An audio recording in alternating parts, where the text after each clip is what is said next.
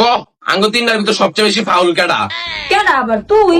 হয় না হয় না হইলে সবচেয়ে বড় ফাউল তুই। ওয়ও না, সবচেয়ে বড় ফাউল তুই। কিরে ভাই, তো কি লেগে মনে হইলো সবচেয়ে বড় ফাউল আমি? কারণ তুই বেশি কথা কস, তুই একটা বাচ্চা, সারাদিন ক্যাট করস খালি।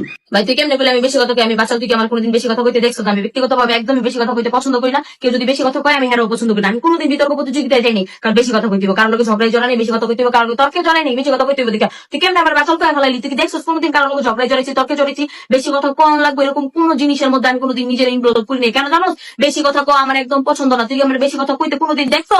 কি লেগা করলি তুই? আমি বেশি কথা কই কি লেগা? তুই আমার বাচ্চার কবি অত্র লাগা দিতে কারে জিগাবি জিগা। আমি কারোর লোকে কথা কই কিনা? হারা দিনে 2-3 শব্দ বেশি কথা কই না। কারোর লোকে কোনো কিছু কইতে গেলে আমি আস্তে কথা কই, জোরে কথা কই না, বেশি কথা হইব দেখা, বুঝছ নাই? কেউ যদি আমার কোনো কিছু কয় আমি চুপ থাকি, কারণ হ্যাঁ যদি আমি কিছু কইতে যাই রিপিট দিব, আমি যদি জানি যে একটা জিনিস আমি রাইট, তারপর আমি বেশি কথা কই না, কারণ কথা জড়াইবো। দেখ তোরা যে আমার চান্সে বাঁচাল পেলি, ফাউল করলি, আমি কিন্তু চাইলে তোকে অনেক কথা শুনাইতে পারতাম, কিন্তু দেখছস আমি তোকে কিছুই শুনাইলাম না।